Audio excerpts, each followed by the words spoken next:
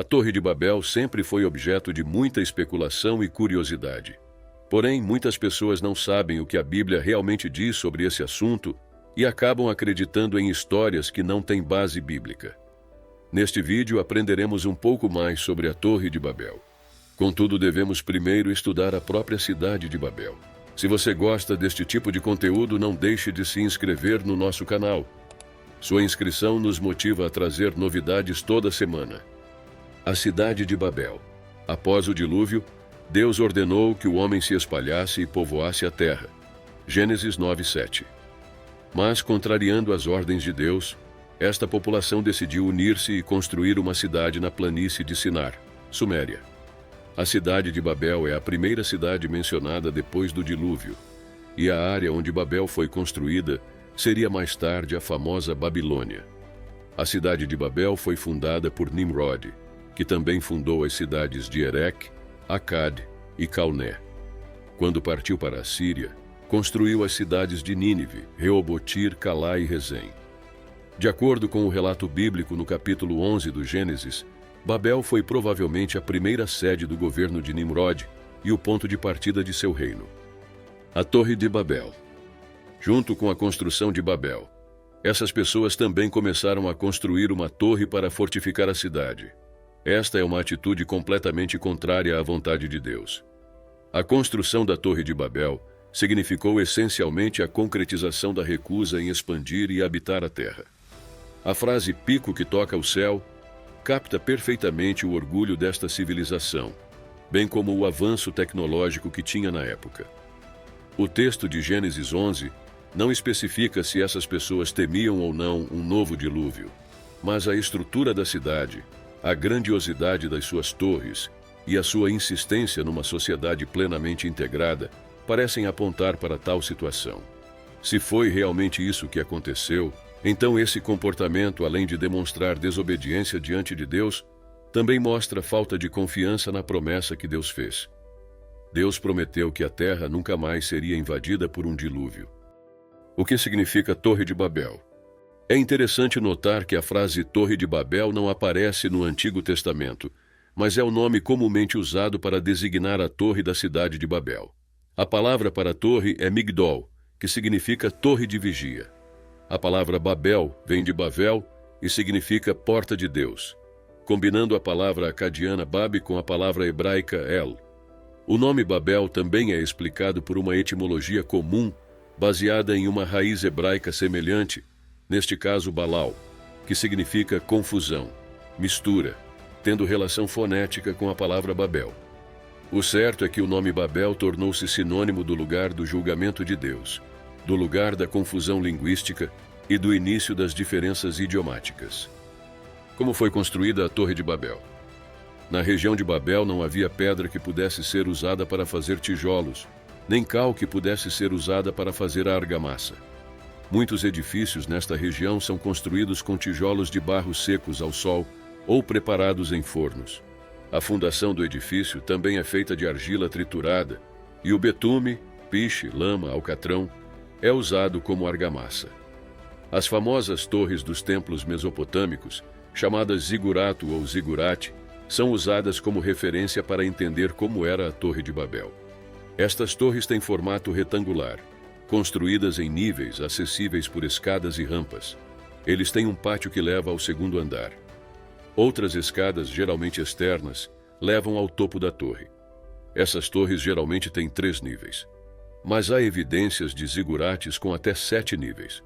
No topo da torre encontra-se um santuário, onde está colocada a estátua do deus cuja obra é homenageada pelo zigurate em questão. Esses são os parâmetros, mas não se sabe quantos níveis a Torre de Babel possui. Nem é possível saber se a Torre de Babel serviu à função de santuário, uma vez que a sua construção provavelmente estava inacabada, juntamente com a própria cidade quando os habitantes foram dispersos. Gênesis 11:8. Onde ficava a Torre de Babel? Não se sabe exatamente onde foi construída a Torre de Babel, apenas a área. Por esse motivo, ficam algumas sugestões de localização da torre. Alguns intérpretes concordam com a tradição transmitida por judeus e árabes de que a Torre de Babel era o templo de Nabu em Bir Nimrud, cerca de 16 quilômetros ao sul da Babilônia. Esta torre-templo tinha 7 andares. A principal razão para defender esta proposta é que o nome Birs Nimrud é provavelmente uma variante de Birj Nimrud, que significa Torre de Nimrod. A segunda sugestão é que a Torre de Babel estava localizada na cidade de Babilônia, e acredita-se que tenha sido um famoso zigurat chamado Etemenanque, que significa Casa dos Fundamentos do Céu e da Terra. Esta estrutura se assemelha a uma pirâmide escalonada, com cerca de 100 metros de altura, e uma base com cerca de 10.000 metros quadrados. Esta estrutura era conhecida nos tempos antigos como Torre da Babilônia, e os habitantes do império acreditavam que o Deus que eles adoravam descia ao templo da torre para se comunicar com eles. Esta torre foi destruída por Xerxes em 472 a.C., e os escombros provavelmente foram removidos pelos habitantes da região. Tudo o que resta no local é uma cratera gigante. Alguns acreditam que a Torre de Babel estava localizada em Dukurigauzu, a oeste de Bagdá, no Iraque. Contudo, esta possibilidade não é amplamente considerada, principalmente porque a cidade só foi construída em 1400 a.C. Existe uma tradição judaica que acredita que Deus enviou fogo do céu e queimou toda a Torre de Babel, incluindo seus alicerces, impossibilitando a sua localização. Há também outra lenda de que a Torre de Babel poderia ser derrubada pelo vento e nada restaria. A confusão linguística em Babel. Não se sabe exatamente onde está ou esteve a Torre de Babel, mas o essencial pode ser conhecido. A cidade de Babel e a sua torre expressam concretamente a ambição humana desde os tempos mais remotos. A Torre de Babel é uma imagem clara da insistência do homem em desobedecer os mandamentos de Deus. A mensagem bíblica mais importante a respeito da Torre de Babel diz respeito ao julgamento de Deus que caiu sobre esse povo, causando confusão linguística e o início da dispersão geográfica da humanidade, bem como o surgimento de diversas culturas e línguas. Em Gênesis 11:5, um elemento de personificação pode ser visto quando Deus desceu para ver a cidade e a torre que os humanos estavam construindo. Em Gênesis 11:6, Deus deixa claro que isso é apenas o começo e que as ambições humanas não respeitarão mais os limites dos seus planos e projetos. Então Deus julgou este povo e os espalhou por toda a terra.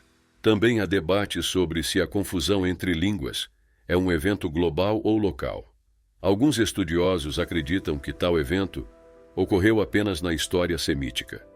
Portanto, entendem que o capítulo 11 pertence à parte de Gênesis que trata da história dos judeus. Portanto, a confusão linguística apenas daria origem a diferentes dialetos entre os semitas. Esta explicação é controversa. A interpretação mais aceita de Gênesis 11 é que a confusão de línguas teve um impacto global. Isto significa que a humanidade estava reunida ali, em Babel. Então, antes disso, todos falavam a mesma língua, o que fica claro nos versículos 1 e 6. Portanto, é possível que o autor de Gênesis tenha utilizado um método de organização e construção do texto em que a primeira parte do capítulo 11 precedeu cronologicamente o capítulo 10. Isto significa que no capítulo 10, ele enfatiza a ascendência de Noé e a sua divisão geográfica. Já no capítulo 11, ele mostra como ocorreu tal divisão quando a humanidade estava dispersa. Qual era a língua falada antes da confusão de línguas em Babel? Esta é outra questão que levanta muita especulação. Na verdade, não se sabe qual era o idioma original antes da confusão linguística na Torre de Babel. Alguns estudiosos acreditam que esta língua é o hebraico, mas não há base para apoiar esta possibilidade, principalmente porque o próprio hebraico tem raízes em outros dialetos. Gostou do conteúdo? Se sim, não se esqueça de se inscrever no canal para receber mais vídeos incríveis como este. E se você curtiu o vídeo, deixe o seu like. Isso ajuda muito o canal a crescer e nos motiva a continuar produzindo conteúdo para você. Ative o sininho de notificações para não perder nenhum vídeo novo. Até a próxima!